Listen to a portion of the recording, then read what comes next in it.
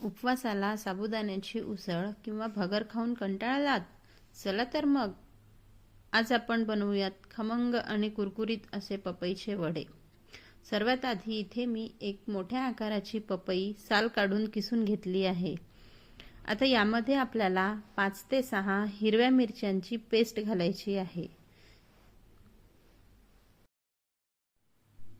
Paste थोडी जाडसरच हवी, अगदी बारीक नको। आता आपण यामध्ये थोडं चवीपुरतं मीठ घालूयात आणि सर्व मिश्रण आपण एकजीव करून घेऊयात। व्यवस्थित असं एकत्र करून घ्यायचं आहे।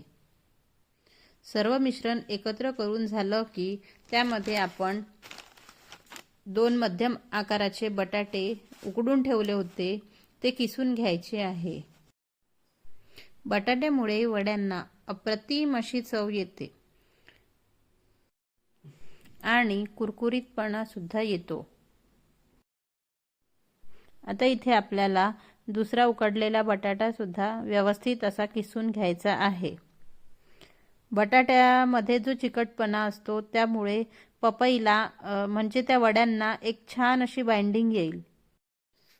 आता परत एकदा हे मिश्रण एकजीव करून घ्यायचं आहे, म्हणजे पपईला छान अशी बाइंडिंग येईल। कारण आपण पपई जाडसर किसून घेतली होती। पपई आपण जाडसर याच्यासाठी किसून घेतली होती की जर तेलात जास्त वेळ तळता आली तर तिला छान कुरकुरीतपणा येईल।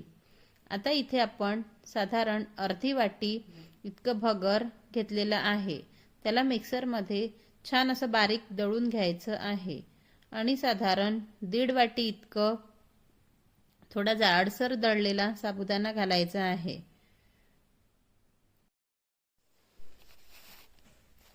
आणि आता परत एकदा हे सर्व मिश्रण एकजीव करून घेऊन मळून घ्यायचं आहे। इथे आपल्याला भिजवलेला साबुदाणा घ्यायची गरज नाही, कारण पपईमध्ये मीठ घातल्यामुळे जेवढं पाणी सुटतं तेवढं साबुदाण्यासाठी पुरेसं आहे।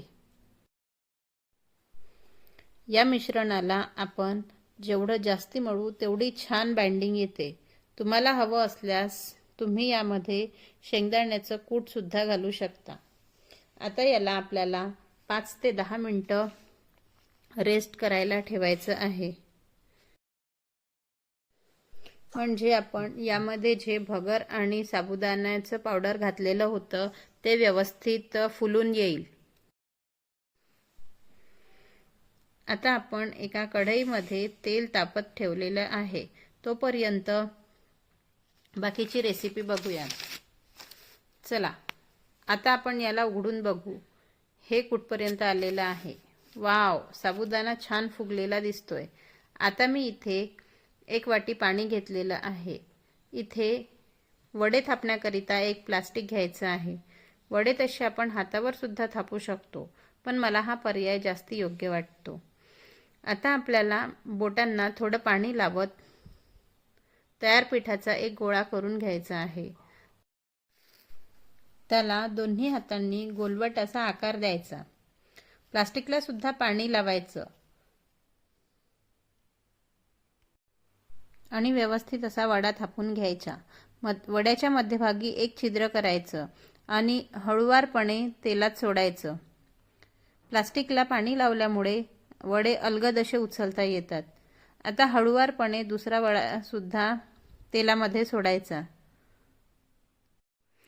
तेलात टाकलेला वडा एका बाजूनी जर ब्राऊन झाला तर त्याला फोर्कच्या मदतीने असं पलटवून घ्यायचं। तेलात एक वडा टाकल्यावर तो वडा ब्राऊन होतपर्यंत दुसरा टाकायचा नाही, कारण ते एकमेकांना चिकटतात। आता या वड्यांना छान क्रिस्पीपणा येतपर्यंत आपल्याला व्यवस्थित तळून घ्यायचं आहे। आता हे वडे व्यवस्थित तळून झालेले आहेत। आता आपण यांना एका प्लेटमध्ये टिश्यू पेपरवर काढून घेऊयात, म्हणजे यांना असलेलं एक्सेस तेल सुद्धा निघून जाईल।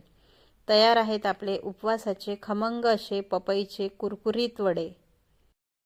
एकदा ही रेसिपी नक्की ट्राय करा। तोपर्यंत बाय।